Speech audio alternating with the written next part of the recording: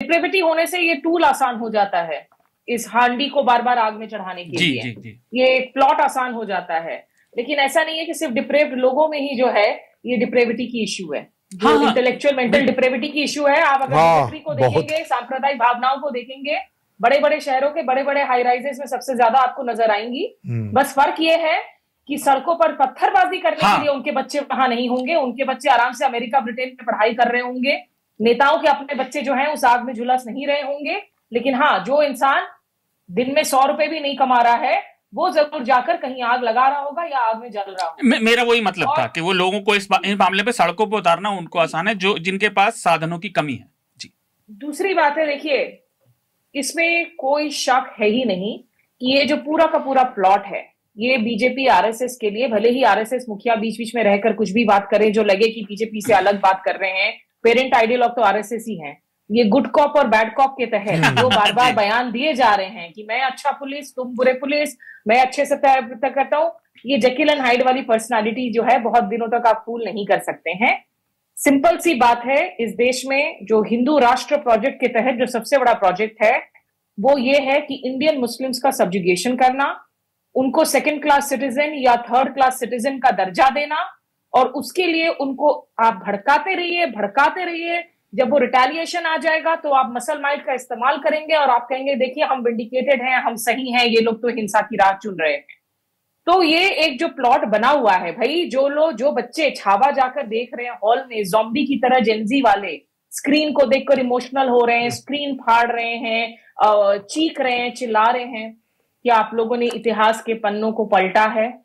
क्या सीरियस इतिहासकार की किताबों को उठाकर पढ़ने की कोशिश की है? वो एक वर्क ऑफ आर्ट है, वो एक वर्क ऑफ सिनेमैटिक एक्सपीरियंस है। अगर आपको ये नहीं पता कि औरंगजेब की कब्र पर जाने वालों में दरअसल खुद संभाजी का बेटा शाहू जी भी था। जब मराठा डिनेस्टी ने ही, मराठा रिजीम ने ही इनके इस कब्र को, और वो मकबरा भी नहीं है, उसमें कोई उसमें कंस्ट्रक्शन भी नहीं है, वो आर्कियोलॉजिकल सर्वे ऑफ इंडिया के तहत जो है संरक्षित है। वो एक सूफी श्राइन है जहां पर उसकी एक अनमार्क्ड ग्रेव है।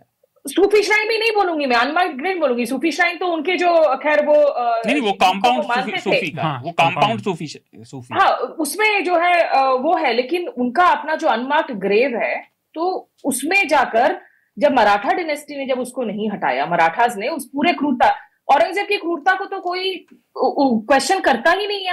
हमने जब स्कूल में टेक्स्ट बुक पढ़े, हमेशा जो एग्जांपल्स दिए जाते थे कि cruel leader, brutal leader Aurangzeb है, अच्छे लीडर्स में हम अकबर की गिनती करते थे, अच्छे लीडर्स में हम शाहजहां की गिनती करते थे जो पेट्रन्स ऑफ आर्ट रहे थे। तो ये तो ऐसा किसी ने भी नहीं किया है वैलिडेशन, जिस बात का आफरीदा जिक्र कर रही थी कि औरंगजेब जो है महान नेता थे, ये कोई बोल रहा हो। लेकिन सबसे बड़ी जो जरूरी बात है लोगों को समझने की, भाई आप इतनी सदियों के बाद आप जब ये ग्रेव्स को बार बार उठाने की कोशिश करते हैं, नुकसान इसमें सिर्फ और सिर्फ हम ही लोगों का है, हमारे पोटेंशियल का है, क्योंकि आप इतिहास को बदल नहीं सकते।